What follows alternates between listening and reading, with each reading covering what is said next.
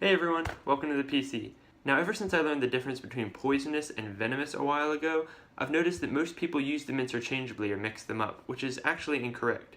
Just to preface this video, because it will be important later, the term venom insinuates that the toxin is injected into the victim through either fangs or a stinger or spines or something like that. Or it could be a reference to the Spider-Man character, but we'll leave that part alone. Poison, on the other hand, has to be specifically ingested or absorbed.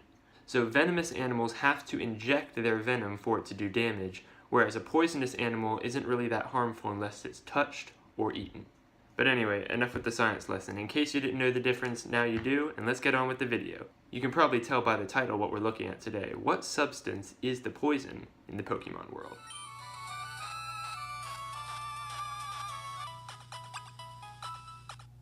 So based on the description given just now, we can easily separate the moves that poison the target and the ones that envenom the target.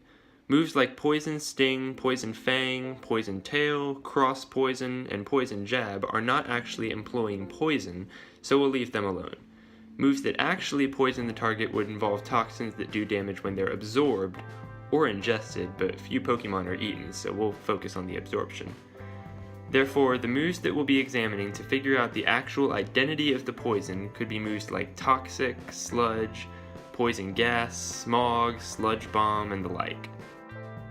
First, we're going to look at the similarities between all these moves, because since the poison involved in all of them have the same effect on the target, characteristics of the move could actually be characteristics of the poison itself. So what do all these moves have in common? Well, the substance is either a liquid, gas, or a particulate or dissolved solid, and is usually delivered via spraying or shooting at the target with the substance.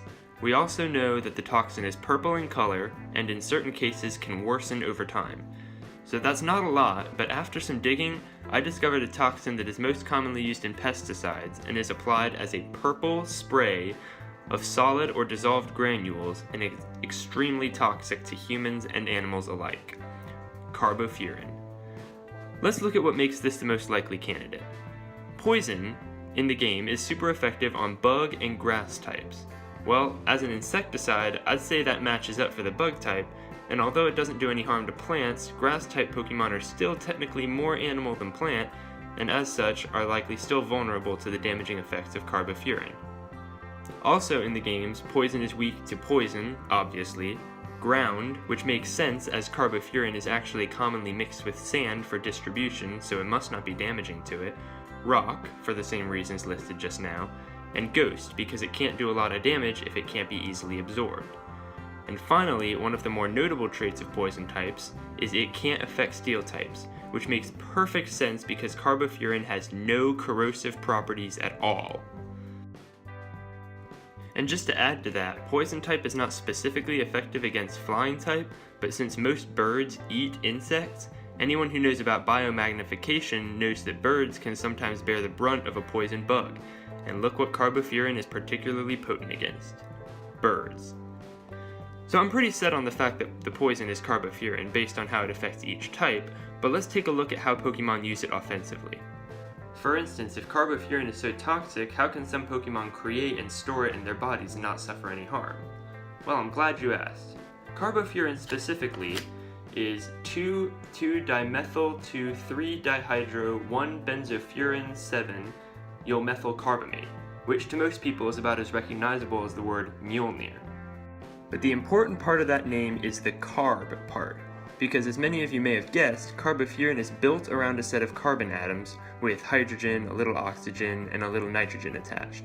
Since carbon is extremely adaptable and can bond with almost any element in any type of bond, and because it is the building block of life that all animals, and some plants for that matter, consume as a part of their diet, I'm looking at you, Venus Flytrap, my theory is that poison-type Pokemon have some form of organ in their body that can use carbon and oxygen from the Pokemon's diet and build carbofurin that can then be stored in some lipid-like barrier that carbofurin cannot be absorbed through, like this.